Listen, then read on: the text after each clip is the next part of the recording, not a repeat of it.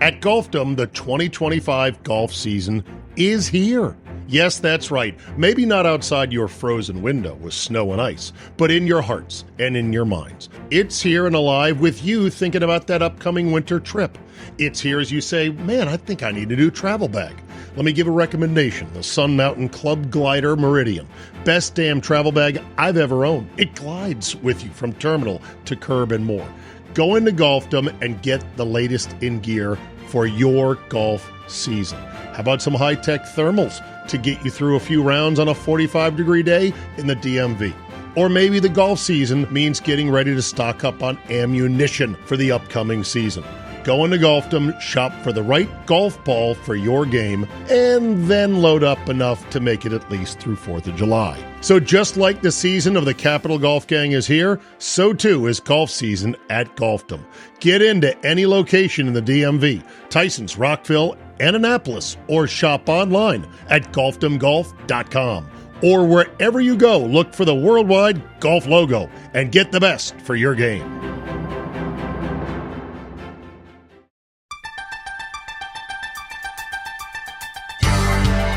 In the shadow of the most powerful city in the world, the Capital Golf Gang is on the air with instructor John Ronis from the Ronis Academy at River Creek, Executive Director of the Middle Atlantic PGA, John Gould, and now your host in Washington, D.C., Steve Zabin.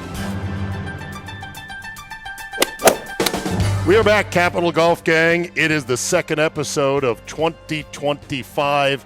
And we're already a man down. John Ronis is out today, but thankfully not due to illness, boys. He just has a meeting, one of a glorious many meetings in the month of January. All you've been doing is meeting people, right, John? That is exactly what I've been doing, correct. That's right. But I still found time for the show, damn it. Well, I mean, look, he had his show, he had his meeting right during our show. I know. Now, you're a little bit worse for the wear cough-wise because of your trip to the PGA Merchandise Show. That's correct. Or it's called the PGA Show, not the Merchandise Show. No, I think it's officially called the Merchandise Show. It is, but nobody okay. calls it that. We just call it the show. All right. And, Buddy, you were there as well, correct? Yep. And so was CJ. CJ was there in addition to being in Philly for the Commanders and Eagles NFC Championship game. I flew back Friday and then drove to Philly Saturday morning. Very good. CJ is with us today to fill in. Man of the World, not only executive producer of the Commanders radio network, Check Swing, didn't go around there. And he also works with the Salute Military Golf Association, so you'll be hearing a lot more about them as the season goes on. So, CJ, what a season for the Commanders. How hard did it go down up in the booth with Bram and with London and the whole team? At the end, how bad was it or how low was it? Just the whole game. How did it go? Well, I think it was frustrating because you'd like to see – it's hard to say when a team hangs 55 on you that it was closer than it was. Or we had a chance. Yeah, I mean, it's hard to say. It's hard to say that 30-plus point loss is hard to say, but I'd like to see that game replayed if Washington played a much cleaner game. Those 3 sloppy turnovers, and then there's about 2 or 3 penalties on both sides that went the wrong way, that didn't go Washington's way, and you can sit there and go, well, they scored 55, but still, like the 4th down holding penalty that was blatant in an isolation play. It's one thing if you miss holding at the line of scrimmage, but you miss Frankie Louvu and right. Saquon Barkley when he basically wraps him up on a 4th down play. I don't know how the refs missed something like that. That was the play to A.J. Brown down the left sideline. Yeah, that they end up scoring a touchdown on. And that was momentum going for us at the time, exactly. Right? They're going to end up taking a 10-yard penalty punting, and then Washington's going to get the ball there. But at the end of the day, 3 sloppy turnovers. It's hard to, you're low for an hour afterwards and watching the guys in the locker room because everybody legitimately felt. I mean, why wouldn't you after you went into Detroit, right? And rolled on them with causing 5 turnovers and all that. It was a dominant performance. So yeah, I mean, but the future is bright. That's the most important thing. Absolutely. Yeah. I mean, you've got a generational quarterback now. I mean, we're watching the Chiefs go. Hopefully, that's what this is now. This is a run like that. And the handsome, clean-shaven golf merchandise magnate to your right Mr. Christensen is back fully on board. Oh, yeah. He escaped. He yeah. escaped to Green Bay, Pakistan, as a refugee for a couple of years with me, but then he returned to his homeland once the evil dictator was deposed. I said I would not come back as long as Danny Boy owned the team, and I did not expect him to. It's hard to fire your owner. It really is. Yep. Well, I know it doesn't happen very often, but the article as well that chronicled his exit wasn't that juicy. So I was thinking about the game, CJ, in terms of like it doesn't help your nerves when Barkley goes for a YouTube clip on play number 1. Yeah. When you know he's the one guy you got to stop. And then he touchdown as well. I was trying to think if it's a golf round, what's the equivalent of that start? You got to dunk 2 right away, right? I would say like 2 balls OB on the first 5 for the opposite holes. side. I was No, thinking for. Well, I was going to say no. If for the you're, Eagles yeah, side, if it's you're a eagling the first commander, hole. if the Commanders were a golf round, first tee ball OB. Yep. Son of a. You finally put one in play, you plink it up in the green, and then you 4-putt. Yeah. You could say, well, there's 17 holes left. But it's tough to recover. But you're rattled at that point, right? Yeah, I mean, it's almost like they came out of the gate with, 18-play drive, and it was a very solid drive, but they couldn't punch it in. They had to kick the field goal. And then, one play just like that, it's 7-3 the other way. I'd say maybe. No, more like okay, first hole, fairway green, 3-putt, lipping out the par putt. And you're like, son of a gun. Okay. Second hole, a little bit of a par, and then the blow up. Yeah, I was going to say, like, if you, came out of the gates against Tiger and you got, like, some crazy up and down, you made par, so you kind of feel good about yourself because you came out, with this good drive to open That's up the true, game. yeah. And then so you kind of feel good, and then you go to the second hole and it's a par 5 and he makes double eagle or he makes eagle. And just like that, you're 2 down. You're already 2 2 under, down, or whatever. Like, yeah. I wonder what would the Bills equivalent of a golf round be, or just a golf thing?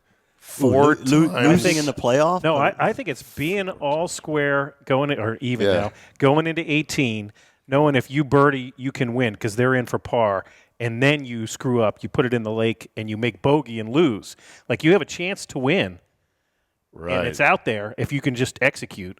And not only do you not win or not tie, you go the other way and you lose. I think that's kind of the translation. I would feel like it's losing the club championship to this jerk you hate 4 years in a row, and doing it on the 18th green.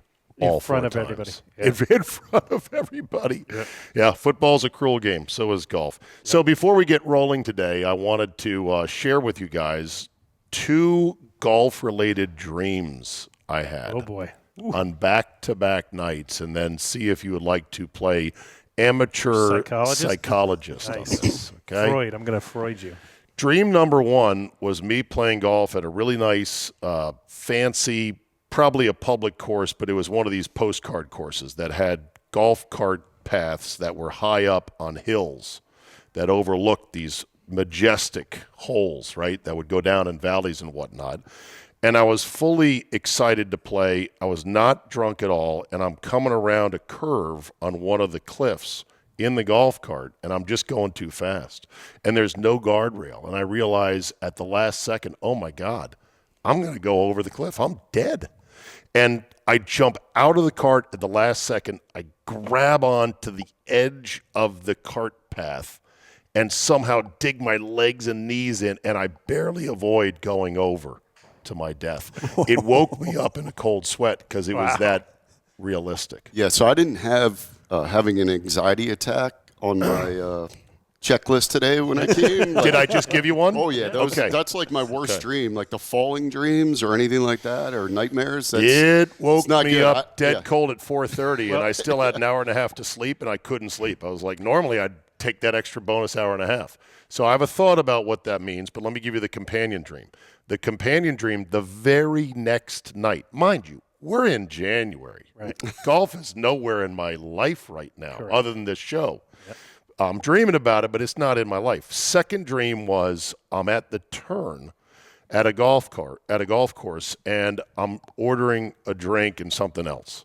And it's taken just extraordinarily long to get the order in, to get the drink. Wait, where's my cup and the ice? And do I have this? Go back there. Hold on a second. I know that the rest of my group has left to the 10th tee. They're like, okay, just meet us on the 10th tee. And this is just taking too long. And I'm too encumbered with, do I have all my stuff, my cup and my ice and my thing and my this and my that?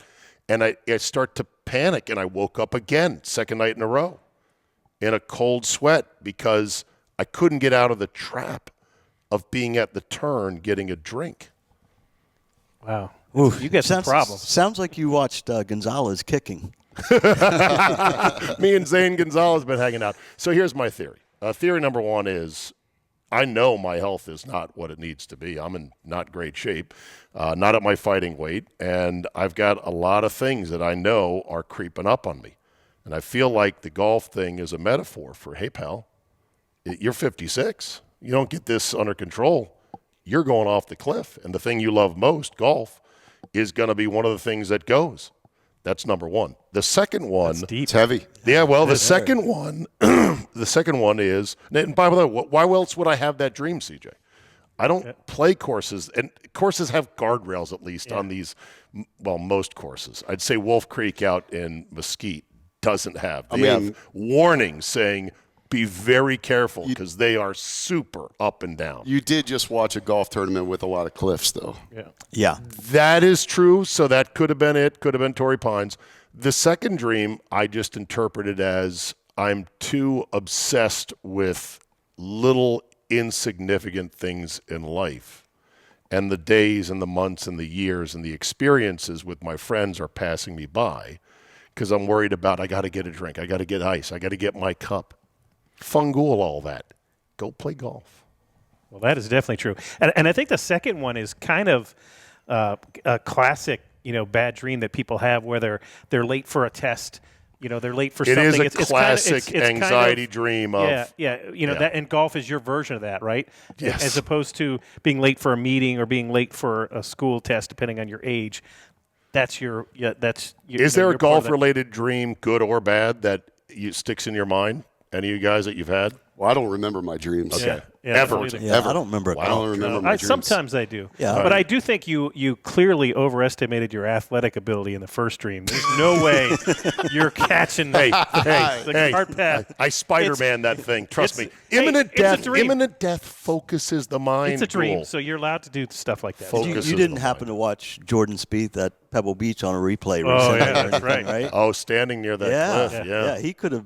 Well, when I told my wife about the dream, and she said, well, are there golf courses like that? And I said, not really the way I had dreamed it, but Pebble Beach has the cliff, and they literally have a sign this big that says, warning, cliff.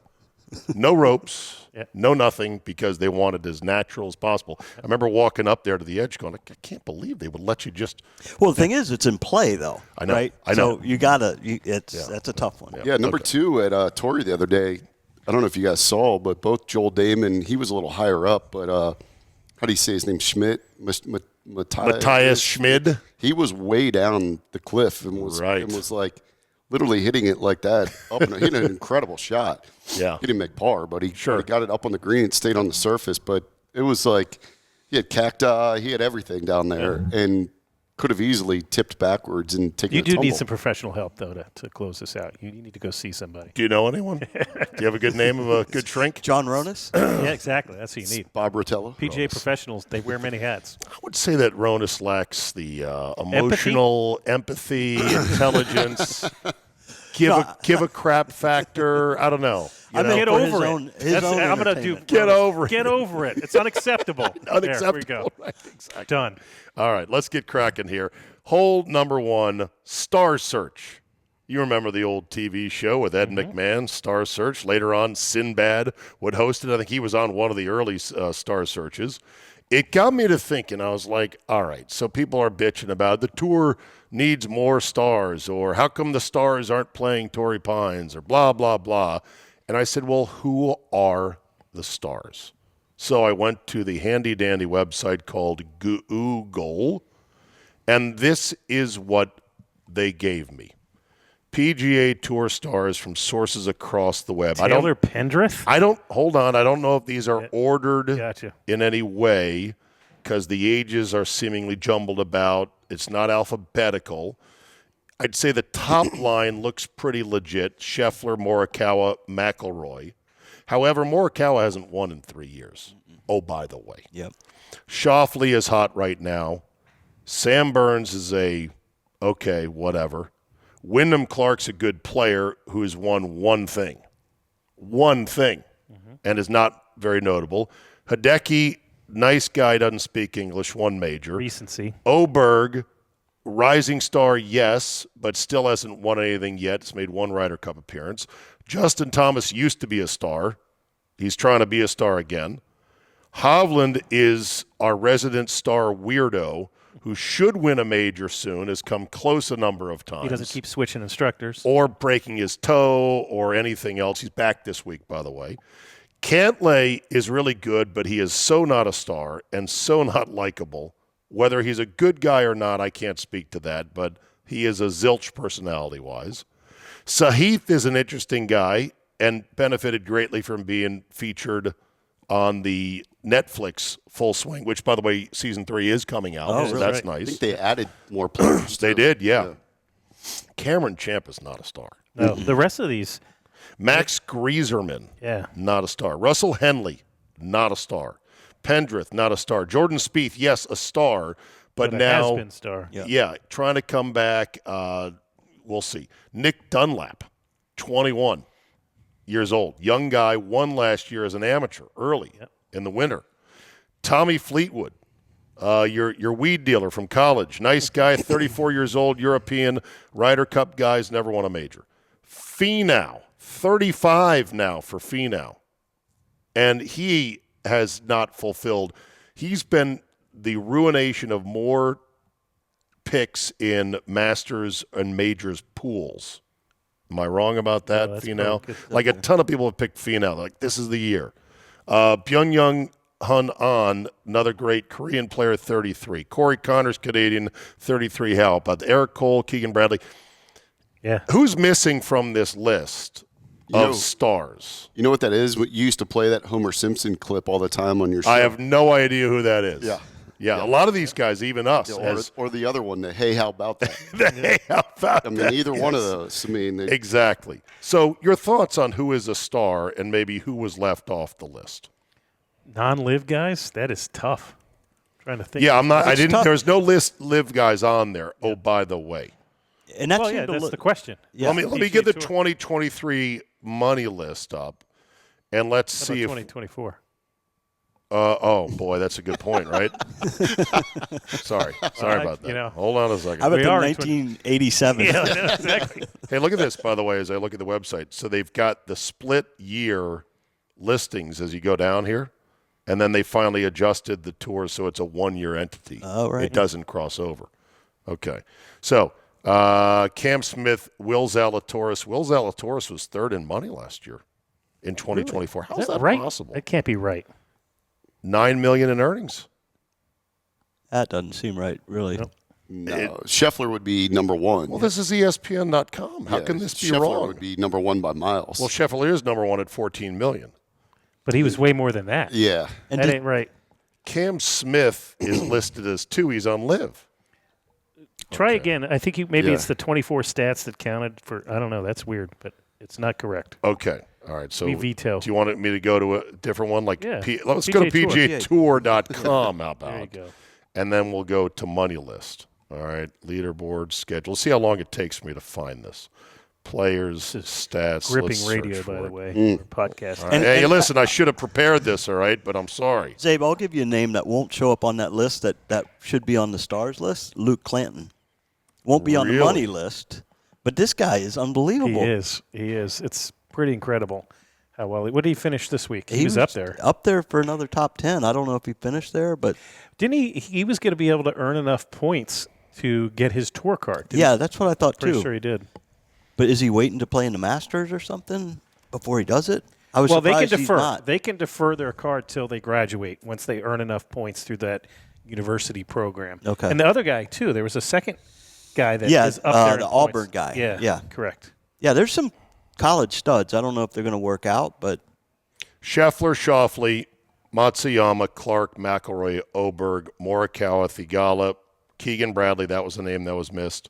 It was on the list. it was Way on at Oh, it the was. bottom. Okay, Cantley, Burns, Im, Lowry, Chris Kirk, Young On, Finau, McIntyre, Batia, Pavon, Harmon, Henley, Horschel, Bezadenhout, Adam Scott, stars. Tom Hoge, Hovland. Adam Scott I could Rye. call a star. Yeah. Right, on past experience and exposure. Jason Day, is he still a star? I mean, Malbon model. yeah, Max Homa, 43rd on the money list. And Fitzpatrick. not off to a good start. Fitzpatrick won a major, U.S. Open. I think mean- your overall point is good, though. So my There's point not is- a lot of stars. Well, and so who do you want to see? Who do you care about? Who do you get excited about, right? For us, I tend towards the older guys. I don't know why. I guess it's because I'm old, but and the thing is, the older guys are Spieth and Thomas and Adam Scott. That Keegan they're Bradley. they're still not. They're, as you accurately said, they're not really currently stars, but they're the star power that I would want to watch. Okay. How about this for an idea? The stars don't have two legs and eat Chipotle. The stars are the golf courses. The stars are what you see on TV. And the loss of Riviera The this week competition. Hurts. because of the wildfires is really bad. Yeah. They're going back to Torrey, a place that, aside from the cliffs and the hang gliders, boring. What I didn't I get. wonder if they'll set it up any differently. How can they? Yeah. It's the same course. Remember they had to do this. Was it during COVID with the Memorial, Yeah. where they played it twice and they did set it up differently. Okay. On that, like they played it Right. much longer one time or much tougher. But what's really It was tough, like back-to-back weeks, I think. They would have made the It was Memorial back-to-back a tougher weeks. one. Yeah. Because they like to do that Right. U.S. Open type Yeah. style. before the wildfires, there was already some grumbling about, hey, now that Tiger's not at Torrey, where he would put on a show every year and won the U.S. Open against Rocco, does it make sense to still be there because it is so boring? There was that buzz out there, and then this happened. Now they're going back for a second week because who wants to move a bunch of corporate tents, right? Yeah, well, logistics, yeah. Right. Well, put And- it this way. If you went somewhere else, there's no way you can recreate it in a week. I know. And somebody else had the best meme. It was from The Office. I don't know how many people speak Office here, but remember when Michael was dating Pam's mom, and she was furious, saying, "Stop dating my mom." And Michael says, "I'm going to date her even harder." Somebody replaced that with "Stop playing Torrey. I'm going to play Torrey even harder." I will say this though, Torrey. I'm a little bit biased because when you I lived played out there, it. I used to play it a lot. Yes. But it's presents so well on TV. Especially to the non super golf fans like us or whatever. Like I was in the hotel room in Philly the other day, and I was finishing up pregame, and my wife was with me, and I said, "You can put on whatever," and she goes, "No, this is It's so soothing. beautiful and relaxing Right. to watch," and she was just chilling and watching the views and everything like that. So they might not be playing the most exciting golf there, but it looks incredible every time. I didn't understand all these guys WDing because they said part of the reason was they were going to have to play it again. So why wouldn't they want to play it now? It was not a signature event. This one. I think it's It you will know you're going to be- miss the cut. Why do you get up early the next day and go through all that? And you know you're missing the cut. You just go hit the tip No, off. not that. Before the tournament Before the started. tournament, yeah. Morikawa dropped out. Zalatoris might have been Yeah, sick. I But think that's part of it. They Apparently- have created their own problem with these signature events. They have. Everything And else is now not signature. yeah, of but they the- were going to play. I know, but of the 8 signature events, apparently 5 of them occur in the first 2 months. Yeah, that is They're weird. front loaded, and these guys, because they make too much money, don't want to play as much and don't have to play as much. Yeah. Normally, they'd play every event they got into because they needed to make the money. Yeah. I mean, it's a good time to be a Pick and golfer. So. choose. Yep. All right, hole number 2, right on the dot. I already loved Dottie Pepper to begin with. I didn't think I could love her more until she uncorked this gem regarding pace of play, which is continuing to be an absolute debacle on the PGA Tour. Take a listen to Dottie. Frank, I think we're starting to need a new word to talk about this pace of play issue and its respect. For your fellow competitors, for the fans, for broadcasts, for all of it. It's just got to get better. Well said. I'm in total agreement with you. Yes! Dottie Pepper from the top rope, bam! Yep. And I couldn't agree more, as did Frank Nombolo. It is a respect issue now. Gould, you're an administrator, and you know this pace of play conundrum at all levels. You lead off on this. Yeah, it's just, the PGA Tour has never been willing to, I think, certainly they could do the stroke penalties like TGL last night. We could talk about that. Tiger getting a slow pay stroke, which was awesome for that. But, just the fact that they won't even release who gets fines. If you did that and we could at least shame some of the slow players into knowing they're slow players, I think it is disrespect. They have done the first 3 holes took an hour Saturday. They have done the mental calculation that it is way more important for me to get this shot exactly right in terms of the money I make than anything else. And we need to be able to show them that no, that's not the most important thing. Right. That how long you take to play that shot. I do think the TGL will have some influence on this. Whether they do a shot clock or not. But those we just talked about stars. There's not a lot of stars, but almost all of them are playing TGL. Right, and they have to figure out how to hit those shots when the heartbeat is going and all that stuff. I'm hoping that has some influence because it's terrible. All right, buddy. So, first of all, it takes an hour for the leaders. But were they behind the people in front of them? Were they falling? I don't remember where they were in Buddy, track. you sound like every slow foursome out on a course. No. What I'm saying not is, holding anybody up, am I? They took an hour. No, my point is. were they held up? They were. Yeah, that's what my point sorry. is. My bad. But it's every player on that. That's what I'm saying. The whole system is slow. It's not just the whole leaders. system's out of order. No, but I do agree that TGL, and I'm sure we're going to talk about it. Yeah. But you can almost see it on the faces of those guys as they're like, I better hurry up and hit this. Like, you've never seen that on and they don't realize what 40 seconds is. That's the problem. they ponder, because they're so good. And the caddy conversations are what kill me, especially at our level or junior golf level. Hey, you don't have time for a 2-minute dissertation on what the wind is going to do in 5 minutes and all that stuff. You got to hit the shot. That time counts. So we start just like at our early tee times on a Sunday morning at Westwood. If you're one of the early times, you're getting told we need you to move fast. 4 so hours now, if you're max. if you're one of the early guys on the tour, you're low on the totem pole this week. Yeah. We need you to play fast to help everybody else pull through. Yeah, I know. Like what I was talking about on that second hole, they were saying it was playing as hard as like any hole has played on the tour so far. I know there's only been a few events, but like only a couple guys that hit the green by the time they got to the leaders. It was playing that hard. Because the wind was so crazy that day, you had guys like John was saying where they're just standing around waiting for it to calm down and taking forever on it. Right. And I think they said there was something like there were 75 minutes behind on tee times because it was so, they were backed up so many groups. 75 minutes. Yeah. Well, look, what I took out of this more than anything was Dottie mentioned the broadcast partners. Yeah. This is a huge issue because a football game is supposed to be 3 hours. Usually runs 3:30, the bigger games, right? College football can stretch to 3:45 and more if it's overtime. That's the outer limits of anyone's attention span. And while the PGA Tour could say, well, we know no one's going to watch from hole 1 to the end, or not no one, but not a huge portion. So who cares if they're tuning in for 2 hours and they're watching the leaders in the back 9, we're happy. They should at least acknowledge the fact that there are golfers that if they knew a round would take 4 hours and there's nothing else to do, especially in the middle of winter, they'll sit down and they'll watch 4 hours of some guy you've never heard of. To see the conclusion, right. Because you want to see the whole round. You want to consume the whole thing. And so Dottie's point was very, appropriate. The rights fees for the PGA Tour are very high, and the networks are not making money on the tour because it costs a ton to broadcast, all these trucks and miles of cable and stands and announcers and whatnot. So you need to go faster. Good for Dottie. Will it do anything? I'm not counting on it. How often, John, do guys play out of order to speed it up? Well, not enough at that level. That's what I mean. Like on what I was talking about before, they waited for Schmidt to go keep walking up and down the cliff and look at everything before the other guys played. Really? Yeah. And it was Good grief. The whole thing was like the full 5 minutes for him to go up and down. I would have gone Ben Crane on him.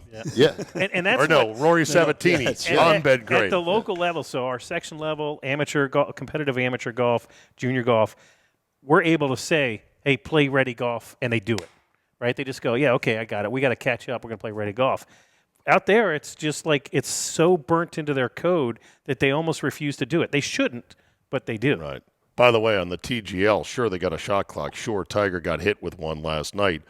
They still finished too long, and they had to bump the Duke basketball game over to the Yeah, but they deuce. were trying to do it an hour and a half. I don't know why they were trying to do that, but yes. It just kills me that there's a simulator league with a shot clock, and these pros still go over time. It's that damn halftime. I don't like the halftime. Whatever. Yeah, Anyway. that's true. Hole number 3, the TGL Money Pit.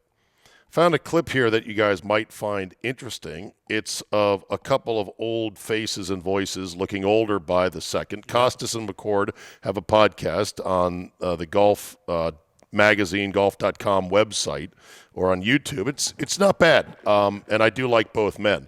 By the way, poor McCord, or poor Costas in the middle. He's looking his age, right? Yes, He's no longer dyeing his hair for television, is he? So here was McCord, I think, bringing up some great points regarding where is this going financially in terms of the TGL, the Tomorrow Golf League. Take a listen to McCord. What's the revenue stream on this, and how does this work long time as a business? No. I've sat there and looked at this. Let's go over this. It costs $50 million to build that thing, okay? Yeah, and it wow. only houses 1,500 people. Now, if I am an owner of a franchise football, baseball, basketball, I own the stadium. I rent that stadium out to whoever, lease it out to when I'm not there doing this. So they've got a long time. That thing's sitting there doing nothing with no revenue streams. There's $21 million worth of prizes. Okay, that's $71 million. I think you got the these 71 teams in wrong, there. but Where's the revenue stream? And You can't even rent it out because there's only one hitting bay. And there's one hitting bay. You could move that stuff, but it only holds 1,500 people. Yeah. So it's not a venue you can put unless you've got a big private party. I understand the merchandising, but you can do that online. I'm not going to make it up in hats. I'm looking as a business entity and how in the world that works without an ingestion of capital constantly going in and really nothing. You've signed a deal with ESPN. I'm guessing that was a time buy. I don't know. Time That buy hasn't come out. meaning that you're ESPN and I'm them. I'm going to give you $100,000 and you put it on your air. You don't have to advertise it, no nothing. Okay, and then you do it. You're not taking part with me in selling this thing. Right. That's what I'm thinking it is. I don't know that for sure. Still got the production costs. So the rights fees, media rights fees, are the only ones that would be worth anything. Yeah, SoFi obviously wrote a big check to put their name on it, to put their name on the. Yeah, but that's the a one-time competition. deal. You can go down here, in Glendale, and we can get that stadium and put Costas McCord on there and pay him $10 million a year, whatever it is, and there's our name. Yeah. So it's not that TV much. ratings are ultimately going to be the deciding factor whether this is successful or not. Now, the first week, everybody tuned in, or a lot of people tuned in to see what it was going to be, right? That's obvious. In my opinion, they did a really good thing holding Tiger and Rory out. So Tiger's week 2. Ratings will be good. People want to see Tiger. Rory, possibly. So that was the gist of the discussion. I appreciate that, and then some people go, why are you crapping on this? It's fun. I like it. Focus on the golf. Why do you care about the business aspect? I guess my answer is the business aspect fascinates me. Yeah, I think it does. I think he poo-pooed some items that weren't accurate there, right? Like if in fact SoFi paid for the stadium and he goes, that's a one-time thing. Yeah, but don't start calculating in your expenses. If the stadium is built, If SoFi dumped the $15 million Right, to and build we don't it, know why that do they you did care that. if it's empty right all summer long? Correct. So we don't know any of this is true, right? And I also think he said it was a time buy. There is no way ESPN, if it was a time buy, is going to let that run long and delay going to college basketball. If it's I would a time argue. buy, I would it's argue. the opposite. I would argue if they bought it, then they squat on those rights. CJ, you know a little bit about time buys because the Orioles used to do that with our old station. Yeah, I mean that happens a lot, and a lot of I would say it's probably not a time buy; it's probably a rev share deal. Yeah, and it's because of Tiger. That's the big influence. Yeah, exactly. And there's probably other stuff that is built into there that includes like some crazy hospitality with Tiger, or some sponsorship or client stuff with Tiger that's more even interesting for the companies that advertise than actually having their spots and run during ESPN is TGL. selling the shit out of it too. They so really it's are definitely not promoting it. They're promoting. You say selling. Yeah, if you look at that implies promoting. Yeah. But if you call it a time buy and say we have nothing to do with it, you just get on our TV. That's not what they're doing. No, they're giving it a big push, and it's got a great window on Monday, Tuesday night. Which makes you think that they're getting part of it, because why would they not if they're not? Definitely. And we also learned last night there's more than one bay. They interviewed them in those other. You saw a couple other bays like off to the side. Yeah. Okay. Yeah. But it's not Top Golf. No, it's not. But it'd be a hell of a bachelor party. Yeah, right. Well, we'll see where it goes. Rory and Tiger last night. Here's what killed me. So I was actually interested. I was like, oh, they're going to play. They're going to play 2 holes here, 2 holes there as part of the team match. It's the dumbest thing ever. Just play Rory and Tiger in a 9-hole match. And let's focus on those two. That's not the team format. But, yeah, I mean, you could do a special maybe. Well, change the format, Gould, to go, here, Tom Kim, you play him, and Tiger's going to play him. And and we're not going to show Tom Kim's match. We're going to show Tiger versus Rory for 9 holes in a row to see who wins, 1 or 2 up. And I'm sure they're going to manipulate the you think so? The concepts here. Okay. I think they have to, first of all. But again, the risk of Tiger versus Rory, it could be 5. Tiger kills him? No, the other way. Or I mean, Rory kills him. Yeah, right. So you don't want to kill the golden goose by showing he really doesn't have it. Especially after the first week. Do you know? Terrible. He looked a lot better last night. He did. Do you know what I did last night? I was driving back from the Eastern Shore during the first part of this, and I was listening to PGA Tour radio, and they had a live broadcast of simulator golf. Wow. What? Wow. So not only do we all nerd out and listen to golf on the radio every weekend or Thursday through Sunday on PGA Tour radio, I was listening to live simulator golf. Oh, my God. Who called it? John McGinnis? It was McGinnis and Taylor Zarzour. Taylor Zarzour. Wow. And That's McGinnis. Impressive. Yeah. My deal was I forgot it was on at 7 because it had been on at 9 a few times, and I caught just the individual stroke play. What a world. Simulator golf on radio. Yeah. Holy cow. And I swear they were acting like it was the final 3 holes of the U.S. dramatic. Open. Oh, my God. At They were least like, it was a close match, too. For those who haven't seen it yet, it was the close match, first one we've really had. I mean, they were like, they still have the hammer. They still have the hammer. Well, that was the other thing. It wasn't Breathless. It was not just a close match. It had like the ebbs and flows of the hammer being thrown, being rejected, being accepted. They were like, here's what we've been looking for. Tiger versus Rory. Like all this. I'm like, yeah, it's Mahomes. I have not been looking forward to a simulator match between these two guys. Tiger's crippled. Rory's still world class. I'm not waiting for this.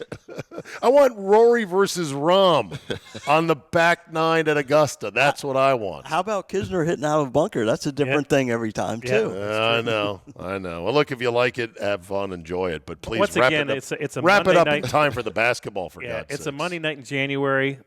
I'm going to watch. It's better than what else is on. So quick break here, and thank you for listening to the Capital Golf Gang. This year, when it comes to new sticks, accessories, apparel, training aids, gadgets, and everything else in between, shop Golfdom.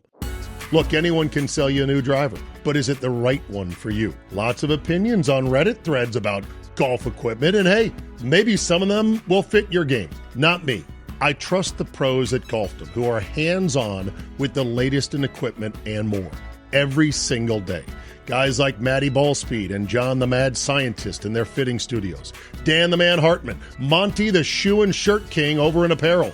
They are the reason Golfdom is a cut above. Swear to God, last summer I was about to make a big shoe mistake when Monty rolled up and said, hey, did you know Echo makes these new line of shoes? And I said, spoiler, I do not. And he was right. I love them. Come experience it yourself this winter as you dream of the long, warm season to come at Golfdom in Tyson's Corner, Rockville, and Annapolis, and on the web at golfdomgolf.com. Now, back to the fellas. All right, speaking of simulators, hole number 4, nothing simple about simulators. So you may wonder, hey, Zabe, do you have a simulator in your house? I do. I have a small storage room, I should say, that I cleaned out one year, and I put in a very nice sim. It's got a very low-end TrackMan or SkyTrack $1,500 unit. They make a second one now. It's not one of the best ones out there. And I got the carpeting that was installed. It looks nice, the hitting cage. A shout out to Brett Richard from golfsimulators.com who helped me get this together. Put it together in 2016, and oh my God, things have changed a ton since then. I mean, a ton since then. Yep. It is so complicated. I would warn anybody this. If you think you're going to get an easy simulator that you just pop in and you start playing golf right away, you're wrong. It is so complicated because it starts with space. Do you have the space to hit safely? And you need high ceilings. Yep. I've got 9-foot ceilings in my basement. I thought that was enough. There's scuff marks in the ceiling. Even though I've got a fair amount of space and there's nothing really to break, I don't feel comfortable, buddy, whomping a driver as hard as I can into a screen in my own home 5 feet in front of me. Right. It's nerve-wracking. And worse than the scuff marks are the feeling that you're going to do a scuff mark. Yep. So you can't swing fully. Right. You just feel like you got to stay low. So I mostly hit irons in there, and there's value in that. And I can play simulated golf courses on this, but you start layering the things. First of all, you need the physical environment to do it. You need a cage and a screen that catches the balls. You need a screen that is able to stay taut and is properly mounted so that the image of the projector will look good. You need a projector, short throw projector, floor mounted, ceiling mounted. How are you going to work that projector? You need a computer that is robust enough when it comes to graphics cards and memory to drive these memory intensive programs. Then you've got to get a what do you call it? A shot tracker, yep. A launch monitor. Yep. And they make so many of these. There's probably a dozen or more. You might sell some out here on the floor at Golfdom that range anywhere from $500 at the low end to $20,000 if you want a TrackMan. Right. Some use radar, some use LiDAR, some use photometric, some use a combination, some use multiple arrays of sensors, some on the roof and the ceiling, some on the ground, and they combine them together. It's very software intensive. Then you got to connect that box to your computer and make sure the drivers are all right and that it is compatible. And then if you think you're just going to buy a box and then hit balls and watch them sail through the sky and tell your launch angle for $0.00 for the rest of your life, you are dreaming, because SkyTrack says, oh, it's another year. We need another $100 for the year. And you're like, what? I bought the box. Yes, but if you would like to use it, it's $100. Okay, well, that gets me a bunch of courses, right? Oh, no.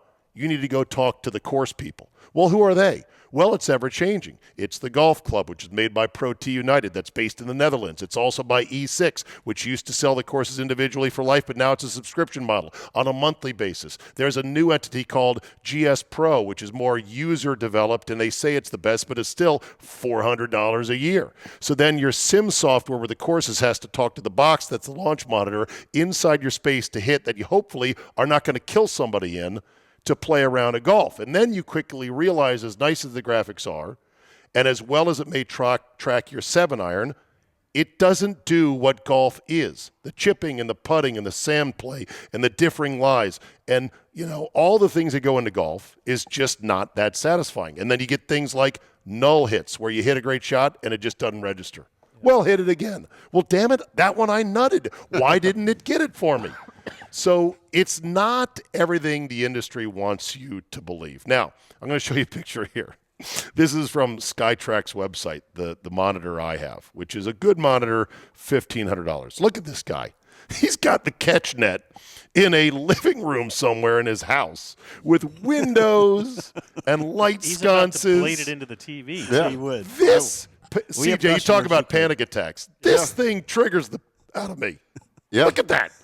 Yeah. You may be a tour pro comfortable with doing that setup.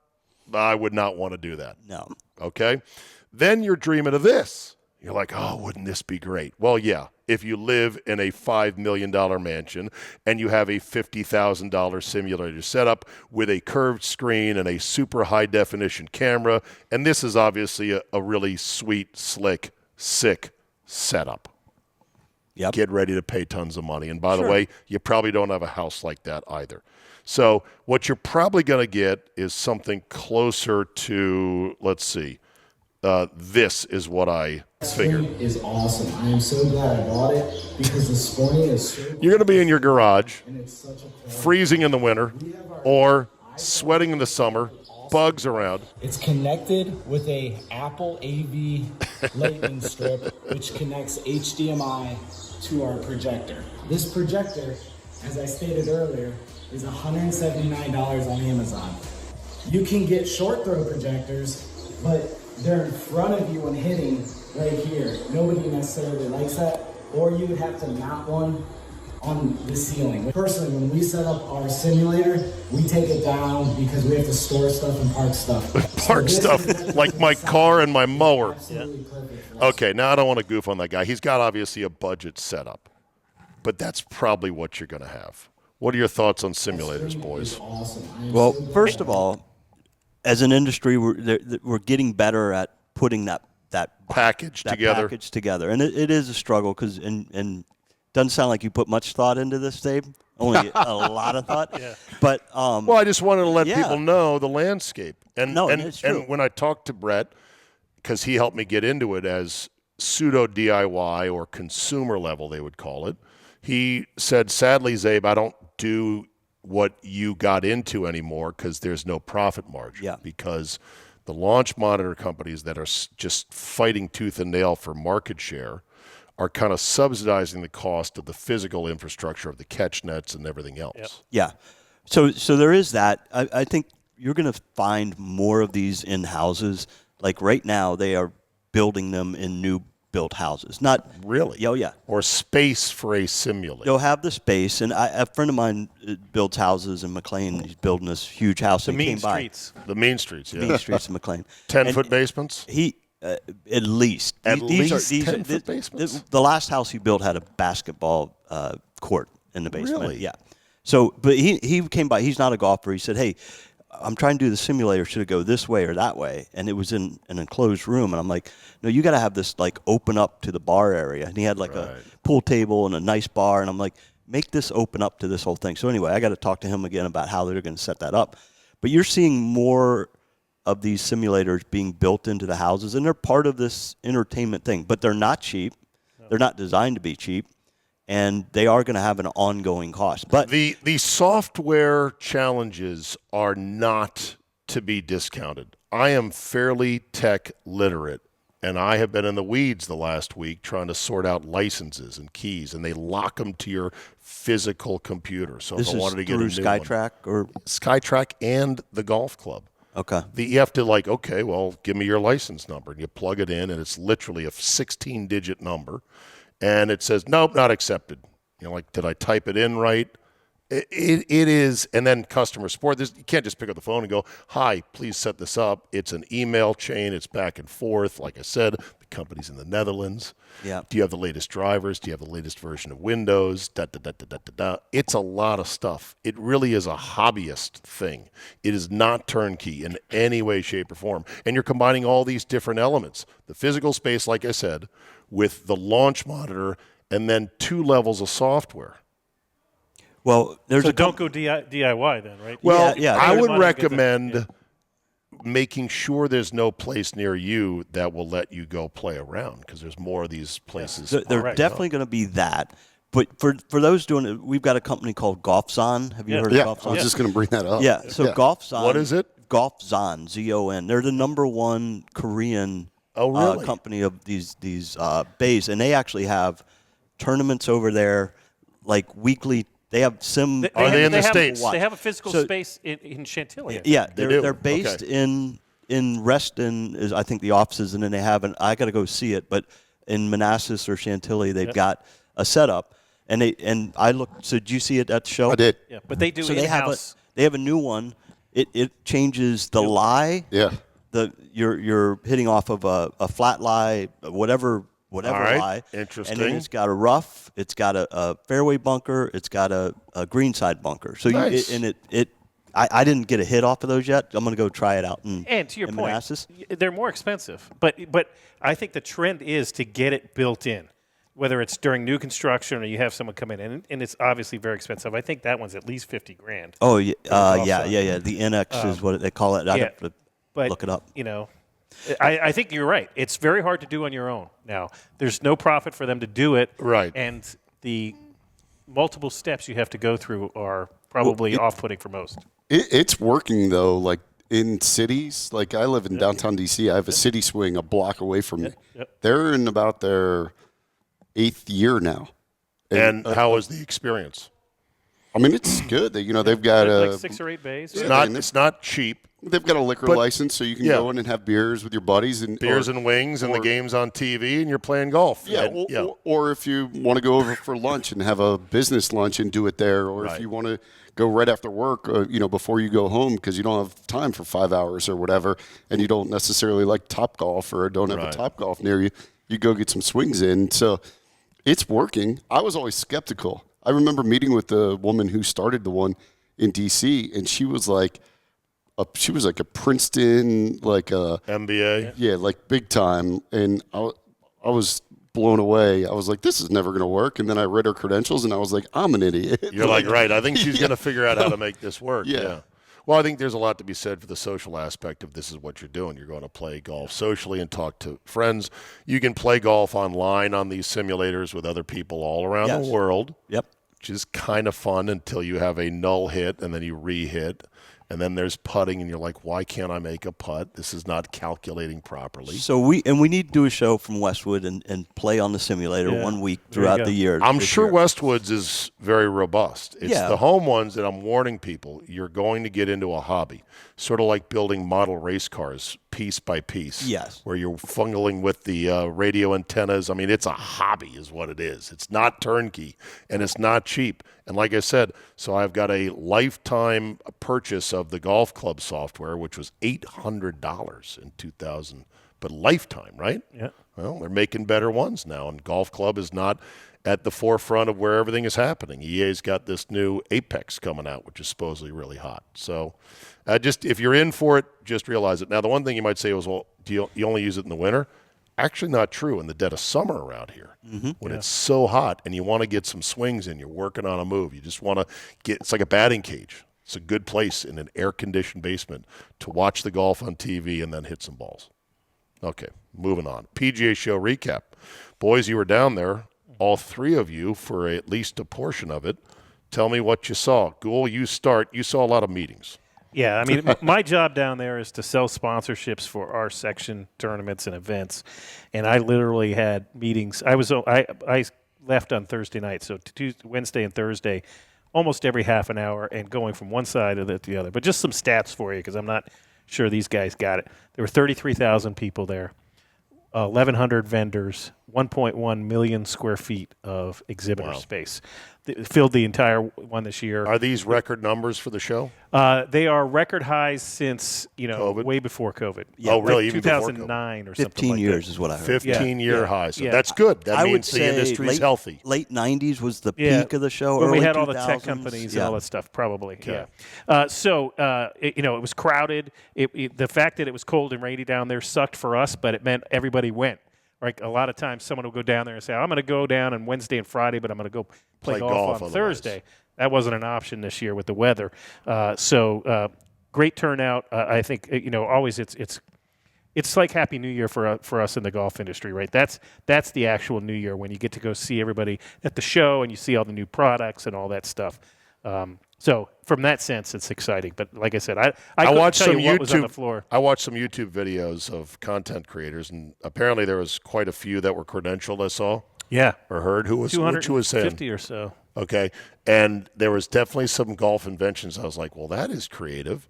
And then there were some inventions where I'm like, you don't need that. Like, that is a solution in search of a problem that doesn't exist. Buddy, what did you see? All kinds there. What did you see? And is there anything that you're going to bring to the store here? Yeah, there's always. But so my role now, I'm not into the buying side of things as much. So it's the show's always been for me, a relationship thing where you get to catch up with some people. You get to kind of see some people that are in different parts of the industry you don't get to spend time with throughout the year. And then there's to go see the new product. And new product has become less and less part of what the show is because Define they product. show. So new TaylorMade product, Callaway, Clubs, the drivers irons. coming out. They used to release them at the show. Right. That used to be the big deal. So you would go there to find out what are we going to be selling this year. Yeah. Now you've already seen all that, so it's more of a shake hands and So it's like an accessories and apparel. Yeah, is a big part yeah, of it. T Gifts. Yeah. Lots of T Gifts company. All right. Yeah. So, but there's been years where, I mean, in the heyday, they would have vendors out in the hallways, right? Where Right. we just used to track back and forth, and then you walk through the thing, and there would be the aisleways would be 3 feet deep, and you're just trying to Why were they out in the hallways? Because they were so busy, so many There's people. well, just and also playing. too, the we're getting a little deep in the weeds here, but the TaylorMades and the Titleist used to have massive booths. Huge, yes. I mean, just and double decker. So they had meeting rooms up top, and then they had all this stuff, and they had they had guest stars coming and showing their clubs and stuff like that. I think those kind of companies have said, hey, we don't need to spend. I don't know what they're spending. It was $3 a lot. million. Yeah, Millions. we'll just spend $1 million instead of $3 million. And so they Right. reduce the space. But so now everybody kind of fits in the convention center proper. But yeah, Well, the show went from that to almost dying. Yeah. For a few years, really almost was What going years? away. COVID. Right after COVID, but kind of going into COVID, it was kind of. I had like heard it was shaky. teetering prior to Yeah, COVID. yeah. So it was one of those things, and then it almost went to nothing. Then they got a couple vendors back, so they've done a really good job of. They had Third Eye Blind doing a concert there. They try to get some. So it's different back, things. baby. It is back. I would say Back. that. CJ, you've been to this event how many times? Yeah, I've been. There still were some major manufacturers who weren't there. TaylorMade. was TaylorMade not, wasn't there, and TaylorMade, like they were saying, used to have this enormous setup. I think one year they made it into a nightclub inside. Get and out. And they would have players and celebrities Wow. and stuff and that sort of thing. There wasn't as much of that this year as I've seen before, but I would recommend you going. You would love it. I would nerd out over it, yeah. You would nerd out. You create awesome content, walking around doing videos, talking to some. There's already thousands of people making content anyway. I watched it on YouTube. Why do I need to go down there? Because you would. Because I do it better, different? You do it better, different, and on a personal level. Even if nobody watched it know. but yourself, you would enjoy it. No, I would enjoy You doing know. it for sure, yeah. Yeah, But it would take, as I'm watching these videos, CJ, it would take a lot in me to not go, this thing is dumb. No. That's true. I would be polite as I the- can, the- there'd be some displays where I would be just like, Well, oh, you'd have to do it. That's why I think you'd have to do it for you. And not do it to make an dealment with Joe Widget Company that says, "Hey, not try to hustle for scraps and be like, I'm going to lay waste to whatever I think is good." Yeah. Or but if you just stupid. did a personal video log of you walking through the show, hey, here's the new Titleist equipment, or here's this new shirt that so and so makes, it would be much better than trying to go say, hey, this company's got this great You want to golf partner bag. with me so I can give these away on the Capital Golf Gang and have to kiss their ass and Correct. pretend like their product is really good? I went.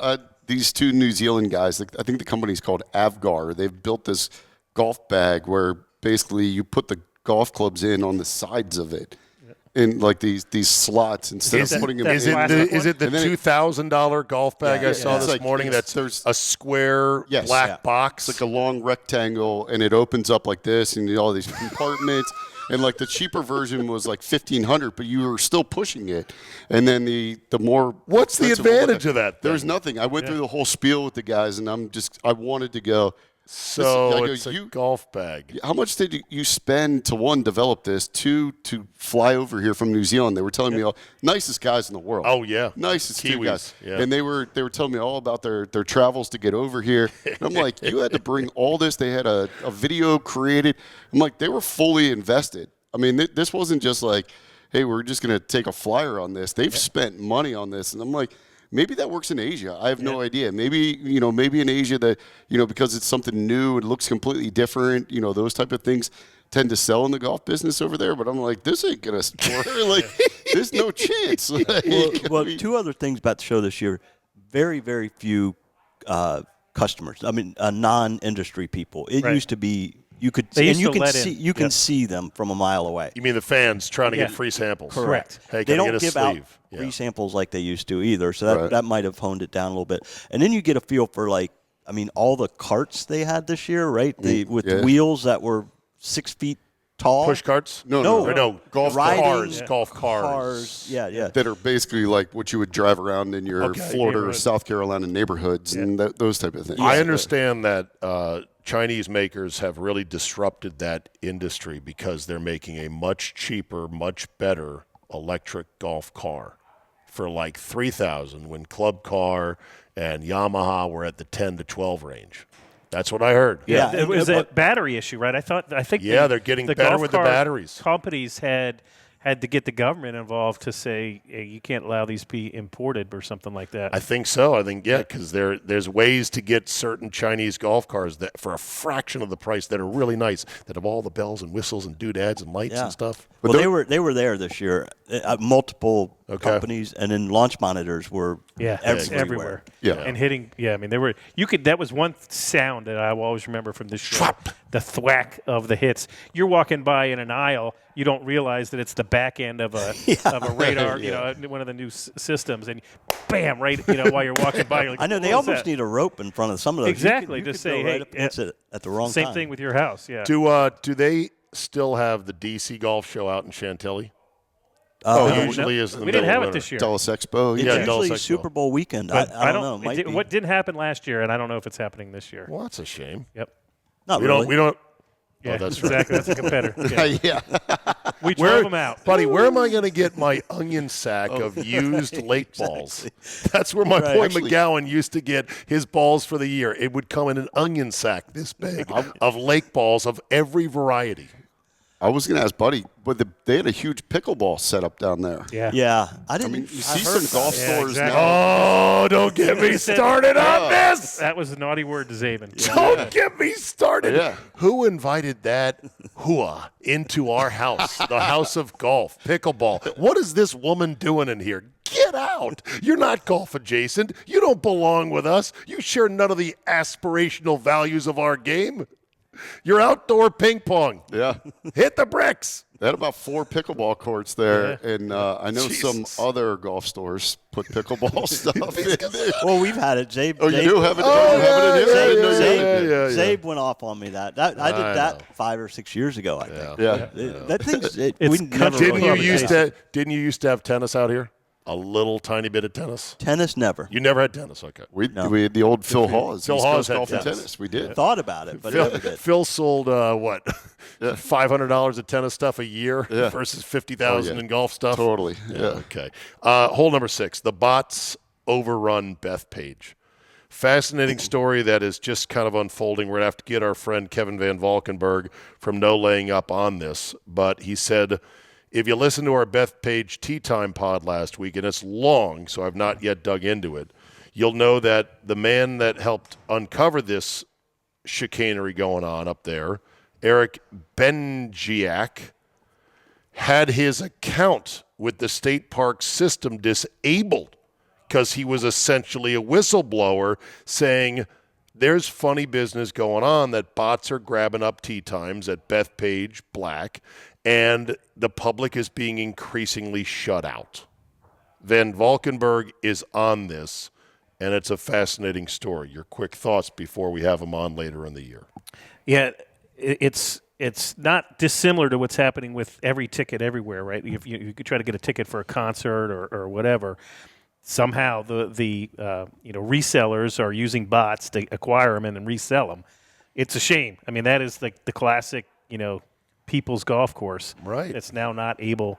It sounds like I didn't read the article. And the first I saw it was when you said it. Podcast, so it's a long listen about how it's happening. But I can see. I mean, it's exactly what happens with concert tickets, right? So it's the software or whatever you call it with the bots is out there. You acquire it and resell it, and then I think that Bethpage Black in the whatever that's county or state, they're okay because that means they're selling out every tea time and they're getting their money. Why not abolish tea times, buddy, at Bethpage?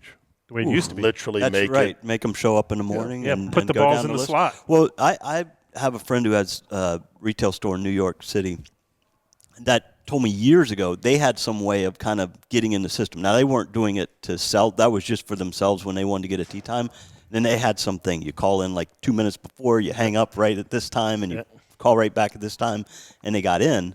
So it's been going on in one way, shape, or form. Obviously, people are trying to monetize it now. And do you think, CJ, if they abolish tee times, they would have any spots open, or they would still get enough people willing to go out there, wait and play? I think they'd get enough still. Enough. Yeah. I think they'd be filled sun up to sundown during the season. Probably all local, though, as opposed to people coming in town, which I don't know if that's a bad thing or not. I don't know if it's a bad thing either. I mean, you would like to be able to plan your trip. We're going to play Bethpage on Thursday. We got a time, and then we're going to go up here, go up there. But at some point, you have a valuable commodity that is underpriced, correct? What is the price 100%. Of Bethpage? Well, the locals, I mean, that's why when you answered that question, would it be great for it all be local?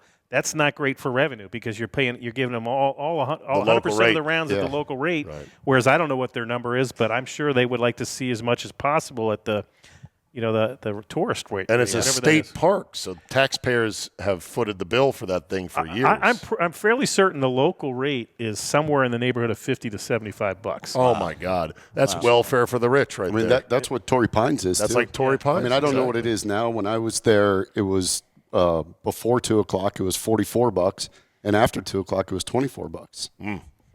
Hole number 7. Together we roared.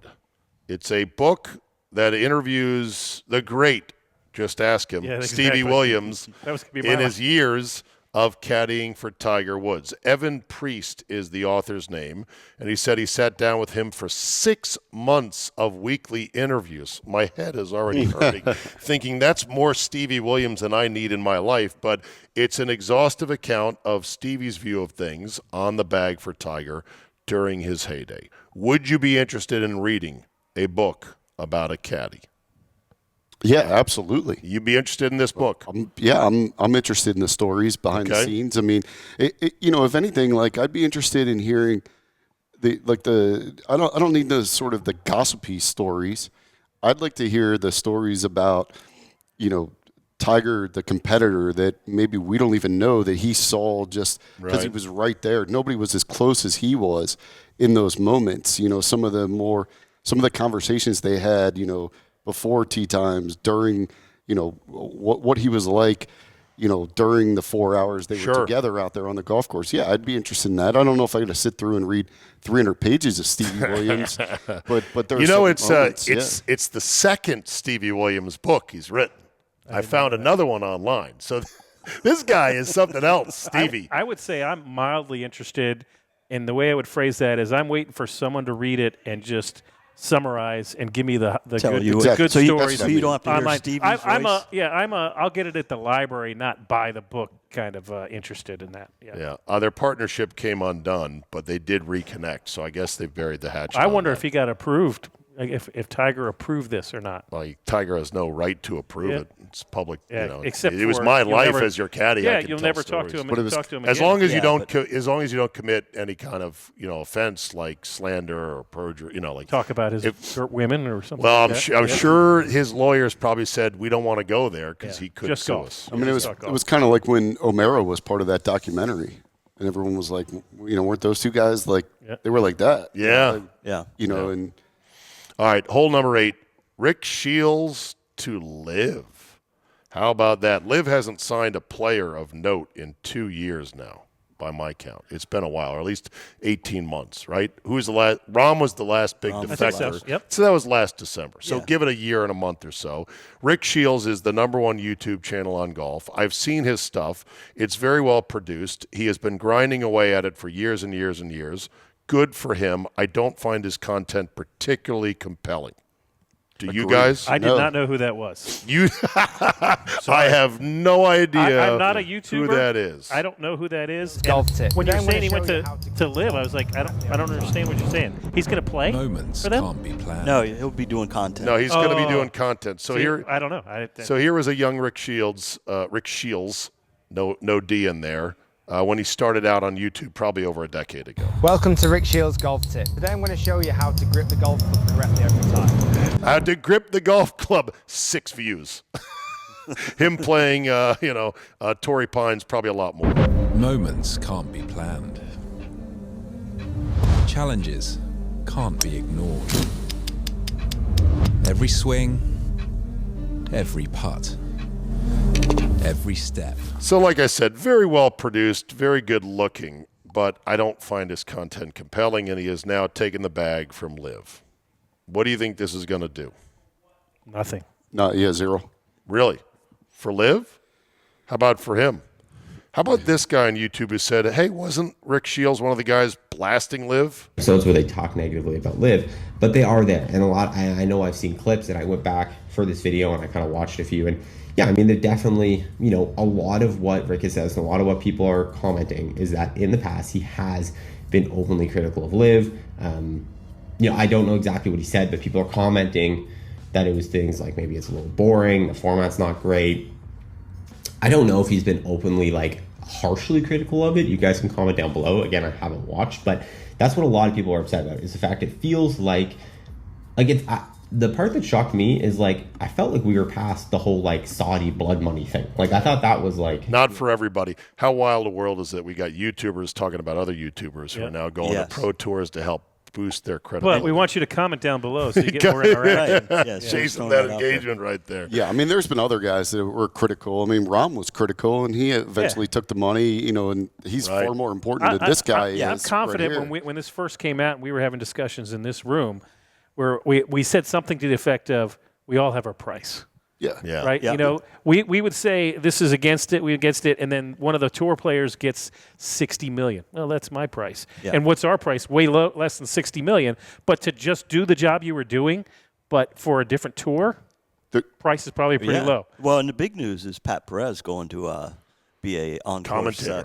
Yeah. Oh, he got demoted from the play? He got demoted, can't play anymore, lost his card, lost his live card. They rumored Colt Knost leaving CBS to go there as well, and he was way critical of Liv, you know, for the first year of it or whatever. But at the end of the day, there's not one Liv golfer that if you sat down and put to a lie detector test that would actually truthfully say I know Rick Shields? No. That would truthfully say this is better for the game of golf. That Live Golf is better for the game of golf, better for the golf fan, better for this whole experience. There's no chance that any of those guys believe it. What they believe in is the $300 million, $200 million, $100 million that they got from this. There's no chance that they actually fully, including Mickelson.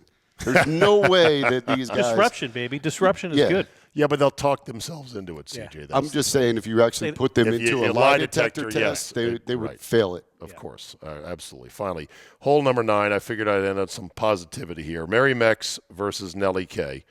2 clips for you. I don't know which one I watched more on a loop, the Nelly Korda one or the Mary Mex one, but let's start with this. This is Nelly Korda's swing. Boy, oh boy. 30 seconds. I should probably take the audio out, but this is just hypnotic. Yeah. Seeing the world's #1 woman golfer just stripe it on the range.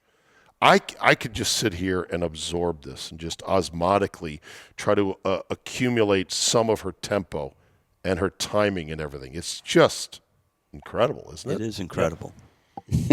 I mean, it's good stuff, and I'm glad to see that she's healthy now and that she is doing well. Meanwhile, I found this clip of the Mary Mex. This is Dylan Dethier. I think I'm saying that right. He's one of the younger bucks on the golf journalism trail. He caught up with Lee Trevino on the range. Lee Trevino is 90? No, I think he's 85. 85, yes, 85, but still the same old Mary Mex, and we don't see him as much as I would like. Trevino? Yes, sir. So we call this warming up. Not too many people can do that at 85. What do you think that Happy Gilmore got his goddamn swing from? Have you seen my feet? Well, I don't like to hit the 3 because the bugs end up having to wear their helmets. I didn't have to play a practice round. It had a fairway, I could hit it. I've been around the world 100 times. All I've ever seen was the golf course, the hotel, and the airport. And I looked out the hotel window and I saw the flags going touching the ground. I said, bring me a cup of coffee. We're fixing to go get somebody. Lee, you crazy? And I hooked that something right in there, about 4 feet. Hell no, I don't know what I'm looking at. Pros don't hit bananas. Yeah. Pros hit fades. You close the face. It's like trying to teach a guy how to walk differently. Oh, Jesus, I moved. No, you didn't. You were fine. I mean, every one so far is perfect, crisp contact, but do you still wake up and you wonder, do I still have it every single time? Oh, no. The good Lord gave me a talent, and he has not taken it away from me yet. I got the yips. I got the yips so bad that I have to wear 4 pair of underwear when I start playing. I couldn't get a ticket in the school zone.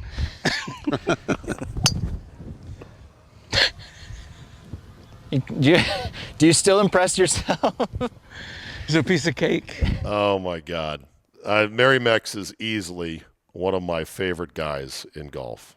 And we didn't appreciate him growing up as much as at least I didn't, as much as I should have. Can you imagine him nowadays, a guy like that at 30 years old, like the YouTube content? And just on tour, he'd be such a character. Yeah. Yeah, it's good stuff. The guys today are reaping the millions of dollars to play simulator golf to try to be interesting, when the real interesting guys are guys like Mary Mex and Lee and Gary Player. You know, you got to stay fit. You got to do sit-ups and push-ups, and you've got to carry your body.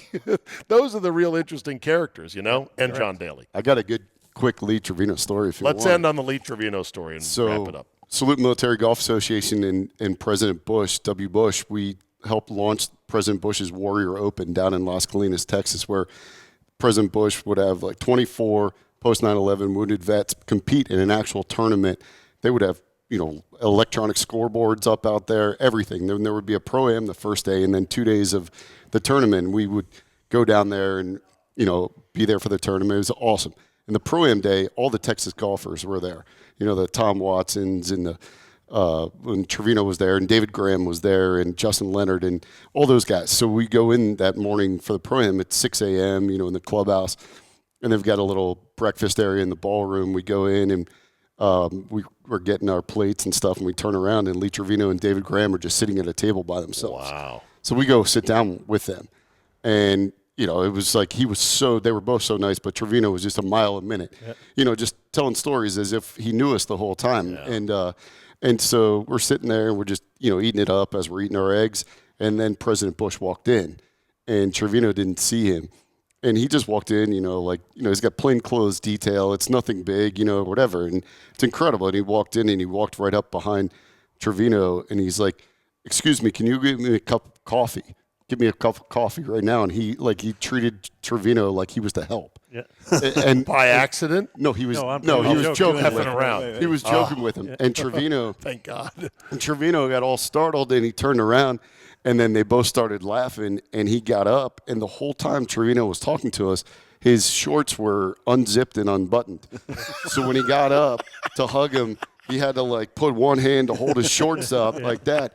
And then President Bush sat down at our table. And he was like, "Oh yeah, the boys from SMGA, we love y'all." And what's been going on? Tell me what's happening. We just sat there for like another 20 minutes while the two of them just held court. That's when you said, "I don't really need to warm up today." today." Yeah, it was incredible. I wasn't playing anyway. I was just down there as a rep, but yeah, it was unbelievable. Yeah. Justin Constantine played in that a couple times. Justin Constantine, R.I.P. Yeah, one of the best. Yeah. He was there that year, yeah. All right, boys. Anything else to say before we wrap it up this week?